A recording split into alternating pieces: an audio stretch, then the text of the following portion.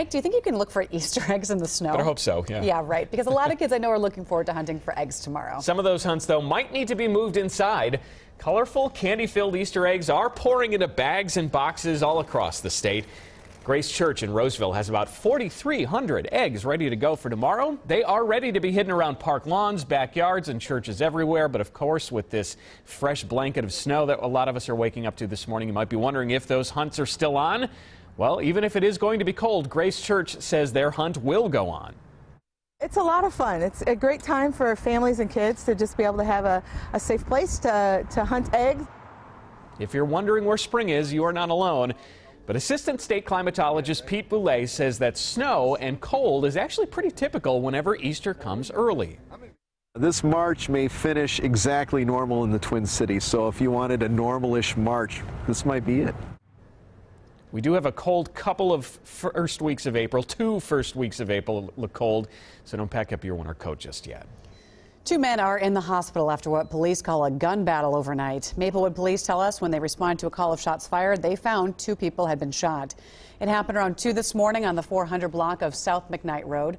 Police have 1 person in custody and say they will continue to investigate. A jury acquitted the girlfriend of Philando Castile of serious assault charges. The charges stem from a February 2017 incident. According to charges, Diamond Reynolds took part in a hammer attack on a 25-year-old woman. The victim said Reynolds pulled out a hammer and hit her in the head while another person grabbed her hair. A third woman allegedly sprayed her with bear mace. Jurors acquitted the 28-year-old of felony assault on Friday. They did convict Reynolds of misdemeanor assault.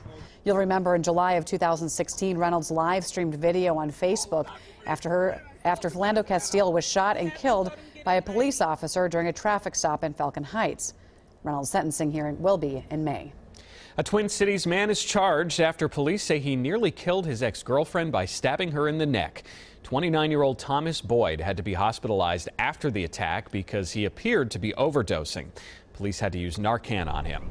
Boyd's mother called police to their home around 5:30 Monday morning. They found a young woman sitting on the kitchen floor covered in blood. She had a 6-inch long cut on her neck.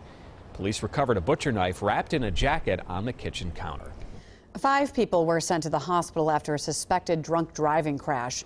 An SUV crashed into a power pole on the light rail track just before 5 yesterday. That was on eastbound University Avenue and Chatsworth Street in St. Paul. 3 people suffered critical injuries. Another passenger was seriously hurt. The driver had minor injuries. A light rail train was not involved in that crash. Police say it appears alcohol was a factor. Well, this morning we here at CCO are remembering one of our own. Al Austin passed away. His work here at WCCO received 2 national Emmys, a Columbia Service Award, and a Peabody. Austin was also one of the founding members of WCCO's I-Team.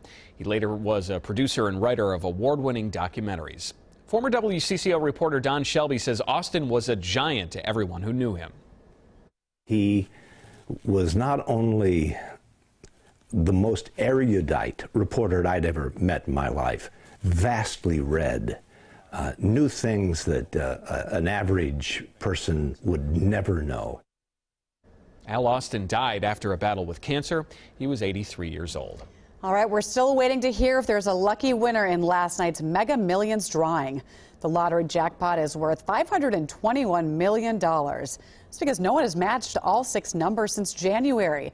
So here are last night's numbers: 11, 28, 31, 46, 59, and the mega ball was 1. The cash option would pay $317 million. It's the nation's 10th largest lottery jackpot.